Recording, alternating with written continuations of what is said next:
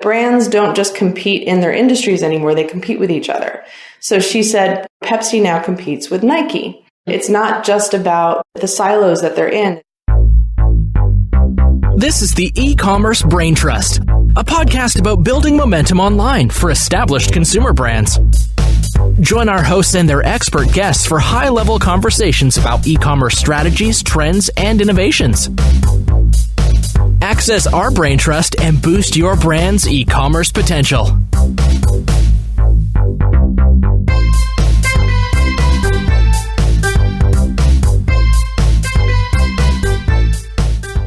Welcome back to the Ecommerce Braintrust podcast. I'm your host, Kiri Masters, and today we're doing a recap of an event that we were invited to, ChannelAdvisor's Catalyst Conference 2018 in San Diego. And we were invited to attend the show as media and to interview some of the speakers at this year's event. And for those of you that don't know about ChannelAdvisor's Catalyst Conference, ChannelAdvisor is a software solution for multi-channel marketplace merchants. It includes a product feed and lots of other features that enable brands and retailers to sell on multiple marketplaces, international marketplaces, their own store, and maintain consistent information about their inventory, advertising, pricing, product data. It's a very, very customizable solution. And they have a couple of really great events each year, one in North America and one in Europe. We were invited along to cover the event. So on this show today, we are doing a recap of the first day. And then in the second part of the show, we do a recap of the second and third days, covering off the workshops and talks that we attended and the takeaways from those. So I hope you enjoy today's show. It's a good recap if you attended the event. And if you didn't attend the event, it is a good way to get to all the... So I hope you enjoy today's show. It's a great recap if you did attend the event. And it's a great recap if you didn't attend the event. Hope you enjoyed it. And over the next couple of weeks, we're going to be sharing the interviews that we did with the speakers at Catalyst. So stay tuned for those. We're talking with retailers, an expert on the China opportunity, and a lot more content coming out of that show. So listen and enjoy.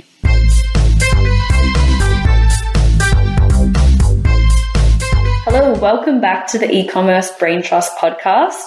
I'm really happy to introduce a new face or a new voice for the podcast today, and that is Noel Barnes. Welcome, Noel. Thank you. Hello, I'm excited to be here. So Noel is currently a sales manager at Bobsled Marketing, and prior to that, she was a project manager at Bobsled Marketing. And prior to that, you have done a lot of other things in and around e-commerce. So tell us a little bit about your background and what you're doing now. Well, I moved to Seattle from the East Coast about 20 years ago, ostensibly to get a master's degree in art history, Italian Renaissance art history. So if you want to know anything about paintings, I'm your gal. Always a good move. Yes. It was a great move. I got to live in Rome for 7 months, which was awesome. And I got the degree, but in the meantime, I fell into the tech industry. And as you do, as you do, art history. Well, in Seattle, I think that was the big move. So because when you live in Rome, you tend to go broke, and so I came back from Rome the second time, and I knew HTML. So that just happened to be one of those outcroppings of studying at the University of Washington. I just kind of liked HTML, and it was the late 90s, and I was doing pro bono work for the University of Washington's art history program. And because I was broke, I needed a job, and I put together a resume and gave it to Kelly Services. The next day they called and said, "Hey, Microsoft needs somebody like you. Do you want to work there?" And I thought, yes, I do. Actually, I do. And so I worked there for 3 years as a blue badge, and that turned into a career. And so the art history thing is now kind of a hobby, but then I worked at Amazon for 9 years, and I was there from 2003 to 2012, which were years of some serious change for the company. They went from quirky to enormous in that time. And so I started at Amazon Canada. I worked from there to magazines, which was absorbed into Kindle and became both print and digital magazines. And then we launched Kindle Fire. And during that time, I moved into Amazon Video, which shortly launched Prime Video. And Then I left in 2012 and moved to Getty Images and then eventually Rhapsody. And then I left to start a nonprofit with my husband. And then I've been working from home ever since. And then here I am at Bobsled. So it's been great. Yeah. Then Bobsled came calling. Thank goodness. It's been fun.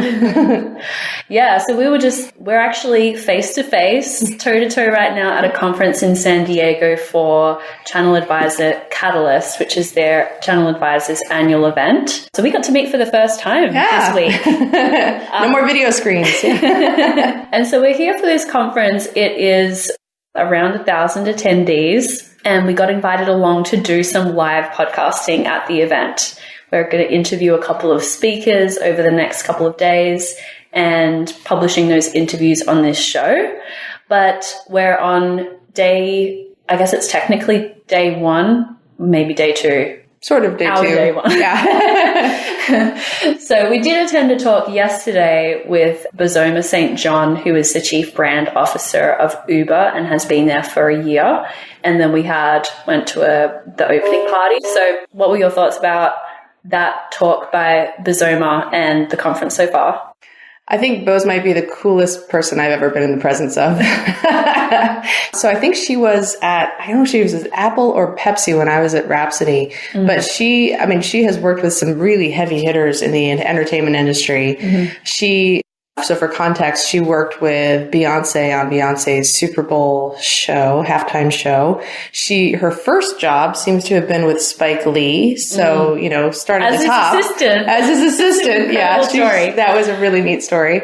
She is one of those people that just draws you in when she talks. Yeah. And I thought that was a really interesting way for the conference to kick off. She talked about diversity and inclusion. And I don't think the audience really represented that. And so I think it was a really interesting message and a great message for those people to hear. Yeah, it was a bold move because this is a retail conference. It's a retail technology conference. So all the other speakers are fulfillment companies. We've got Pitney Bowes, FedEx is sponsoring it. Then there's all these fulfillment centers and outsourced solutions and technology companies. There was an Alexa voice skill development company, which we geeked out on yesterday. So to bring Uber's brand chief in was a good move. Yeah. It's very different. And she's been in that role, I guess, for about a year now as the chief brand officer. And if any of you are Instagrammers, I would encourage you to check out her handle, which is Badass Boz. And they talked a bit about that and why she is a badass everything. And she's just a neat person. She really is. And I think if she continues to enforce change at Uber's got good things in its future. Yeah. Yeah. One of the things she mentioned was about what were her aspirations for doing a good job at Uber? Like what would be her metric that she'd track? And she said, I just want employees at Uber to feel proud of saying where they work at a dinner party. Yeah. Which it's kind of sad that Uber got into that position to begin with, but pretty good move. Yeah. So we were talking after her presentation about pop culture.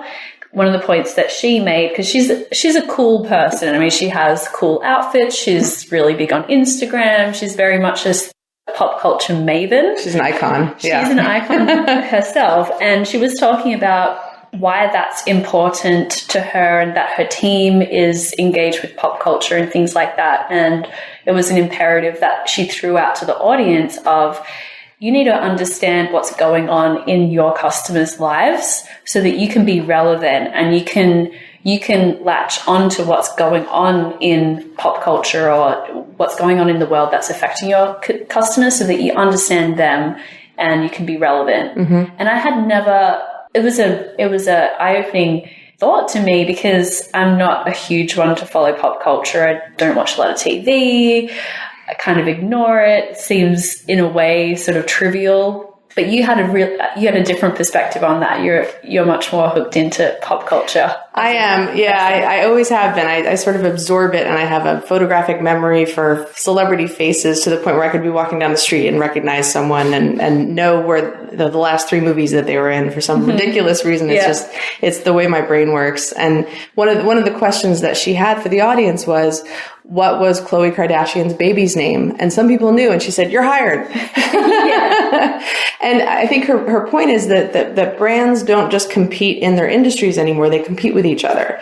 So she said, Pepsi now competes with Nike. It's not just about the silos that they're in; it's that they are storytelling to the same audiences, and so those audiences don't see those brands necessarily within their own industries; they see them within their lives. And so she felt like pop culture is a great way to internalize how those audiences view their worlds, and that those audiences see pop culture as a really important part of their worlds. And so we have to understand pop culture in order to understand what it is that they're latching onto. And by understanding that, you can understand how they see the world around them. And so there's definitely something to be learned there. And Kiri and I were talking about how there's these folks see, they might really love, one of her examples was they might really love Adele, and they might also really love Pepsi, and they might also really love Nike. And I turned to Kiri and I said, and the reason Amazon's powerful is because they know all of that too. Yes. Amazon knows that across all of these different industries. You've bought Adele's album, and you've bought Pepsi, and you've bought Nike shoes, and you've bought some other brand.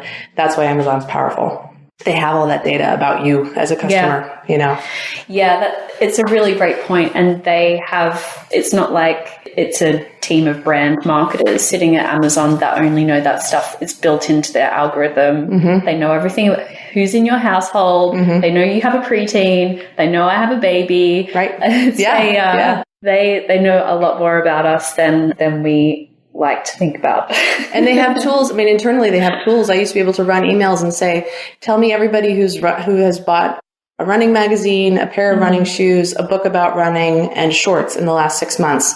Generate an email list for me, and I'm going to send them an email about the latest running magazine. Yep. They have tools like that, and you can pull all that information into one place. Yes. So. Yeah, absolutely. And I'm really excited. We've recently come accredited that the agency Bobsled Marketing has recently become accredited with Amazon Media Group, and Amazon Media Group is the display and programmatic division of Amazon. And that kind of data, who's buying running shoes, who is in this lifestyle segment, who is looking for these particular types of products, health conscious or whatever. Vitamins. Who's been shopping for vitamins lately? Those audiences are available to brands to target through Amazon, the Amazon advertising platform, which is their display and programmatic offering. So it's really exciting. Yeah, that is not just available to the likes of Noel sitting in the Amazon inside the Amazon mothership. But brands can access that too. So if you're interested in learning more about that, come find us at bobsledmarketing.com. And so we'll sign off for today, and we'll come back with a update on the second and third days. But it seems like it's shaping up to be a good conference. We're in San Diego. The weather is beautiful, and looking forward to talking with more merchants and vendors over the next couple of days. All right.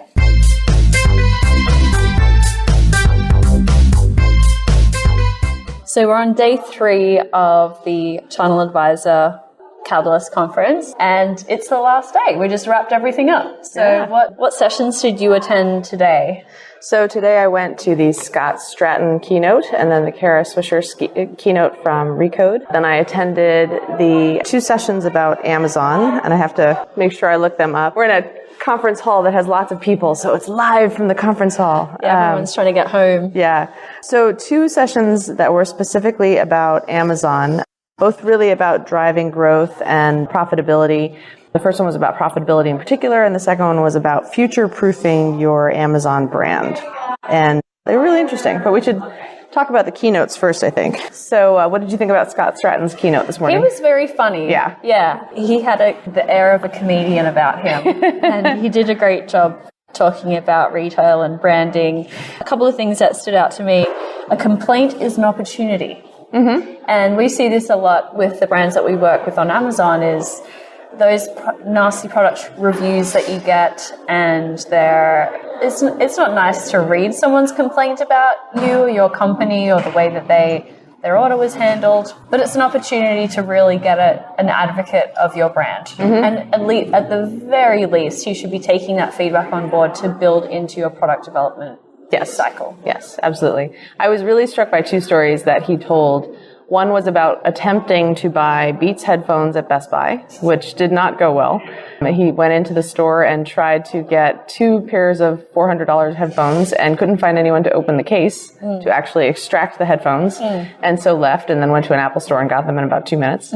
He was able to get Best Buy on Twitter quicker than he was able to get anyone in the store. He yodeled in the store. He did. He actually yodeled in the store and was able to actually, as he said, they popped up and then realized it was 6 more weeks of winter and then popped back down again. That was the analogy I think he used. And then he told a story about a mattress company in Canada that was really wonderful about shipping mattresses, even when they themselves, the customers, had made the mistake. They sent him a new mattress and they told him to donate the old one, and they handled all of that. And his point was really just that's the kind of customer service, and customers always right, that you really need to have. So it was a really interesting talk, and he went over time, but I don't think anyone cared because he was so funny. And he ended with a tweet that we don't really have to share, but it was a Taco Bell tweet. It was very funny.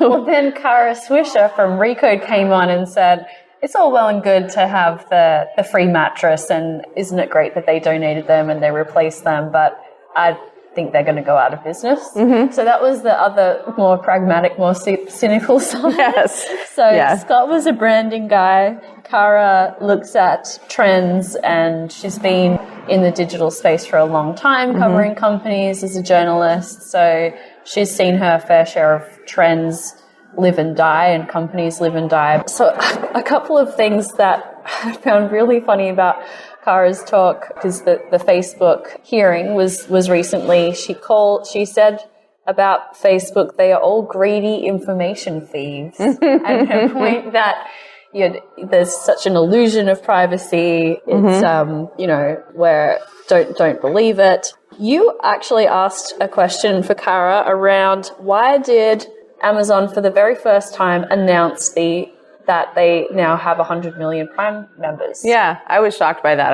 I said, as an Amazon veteran, when I was at Amazon, I could not have even pulled that data, let alone have shared it externally, how many Prime members there are. And so her response was that she thinks it's a PR move. It's a strategy to combat some of the Trump tweets about Amazon and some of the negative PR he's trying to drum up that Amazon has not even deigned to respond to.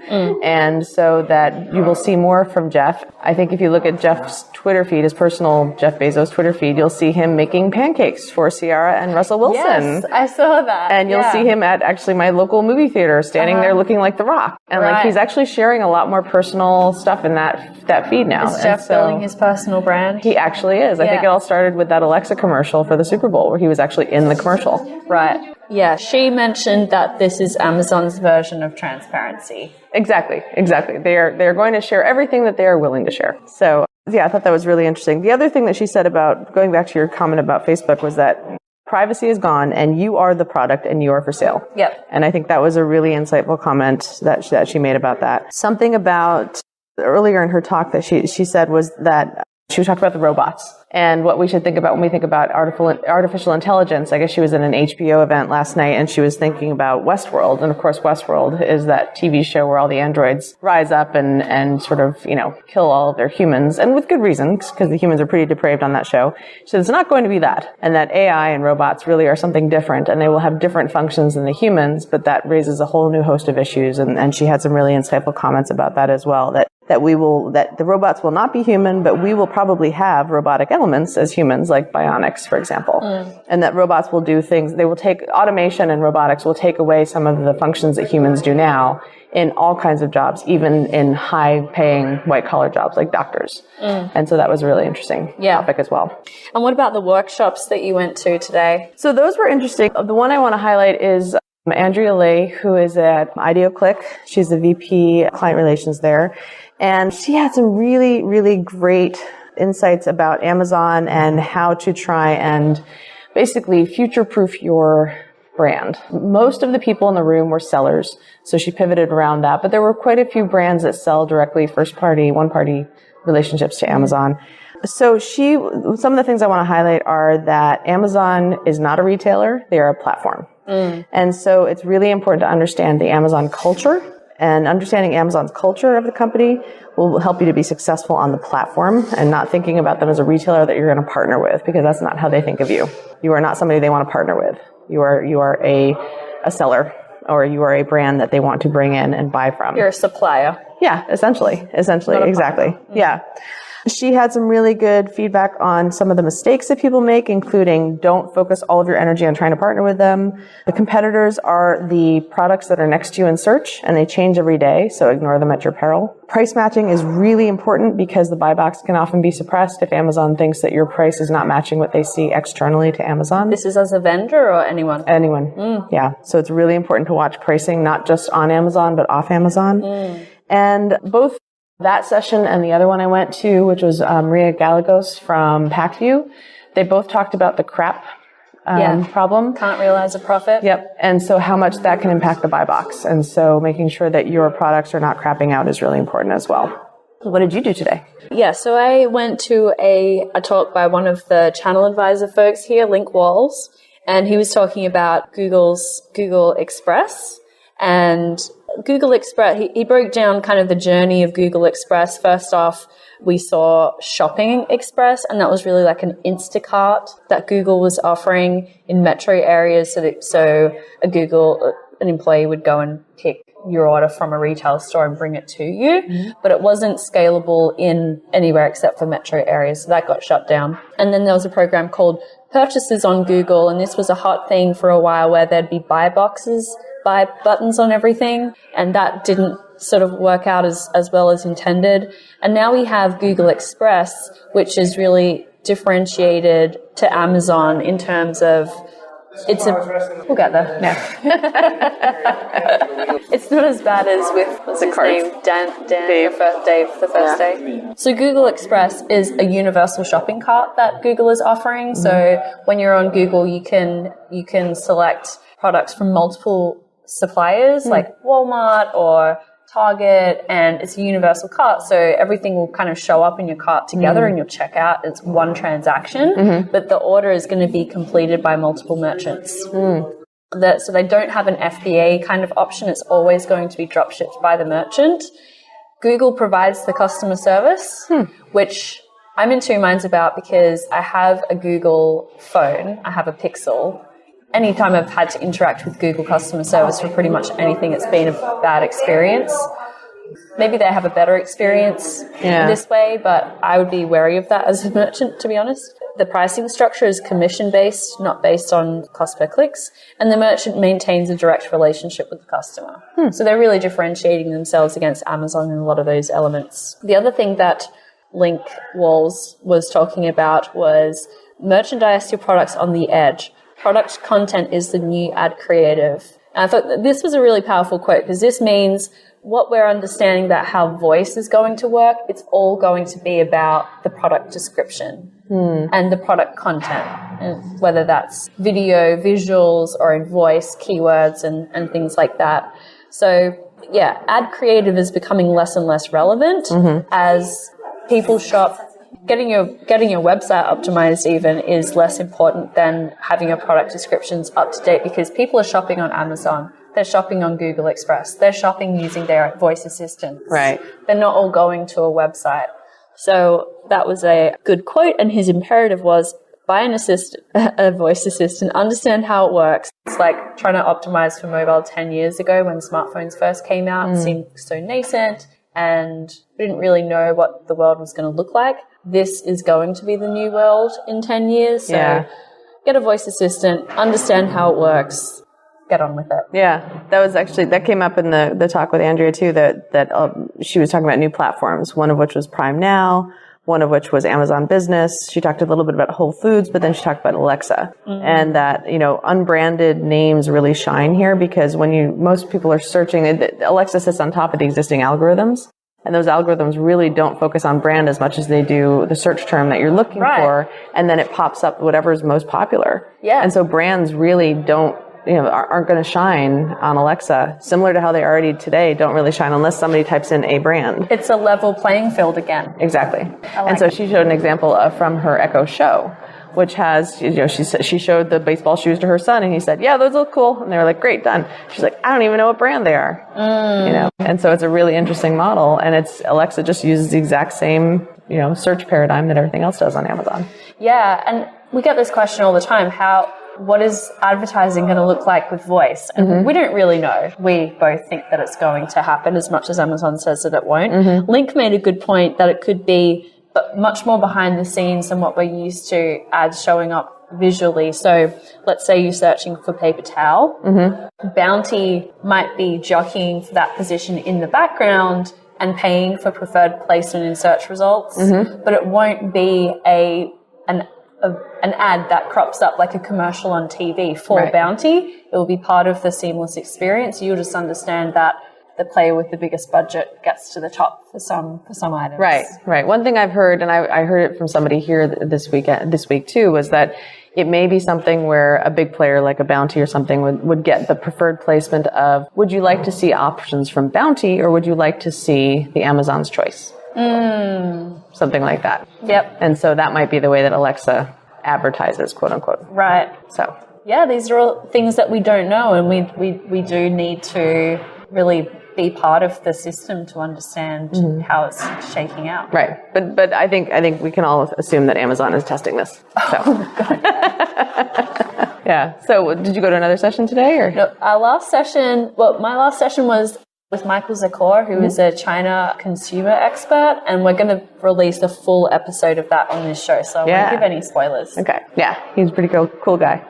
Yeah. The other thing that we talked about today with Maria from PackView is she had a lot of interesting things to say about the actual page on Amazon, which is hard for me to describe, a detail page, which is hard for me to describe because she had a lot of visuals and a lot of people were taking pictures of the slides because I think they found them helpful. But ultimately it comes down to what do people look at and pay attention to on a detail page. And mostly that had to do with the importance of the content on a page. We all know that title and description and bullet points and those parts of the page are really important. But she said the predominant number of people really look at everything above the fold. Above the fold is king when it comes to purchase decisions. Everything below the fold, including enhanced brand content and A+, is really about conversion and marketing. It's not scraped by Amazon's search algorithm, and it's scraped by Google. So it is important from that perspective, but it's not actually included in Amazon search. So if you want to get flowery with your marketing content, put it in EBC or A+. But if you really want to get your keywords in, make sure you continue to put those in the title, the description, the bullet points. Ultimately, that's really where they belong. Right. So EBCs for conversion and all the other content for search. For search. Yep. And we also, we talk about this. You still don't want that to be a poor experience. You don't want customers to look at your bullet points and get completely overwhelmed with what's there. Yeah. So make sure it reads. Yes. Make sure it's not something that's just a block of text that are going to turn people off. A block of keywords. Right.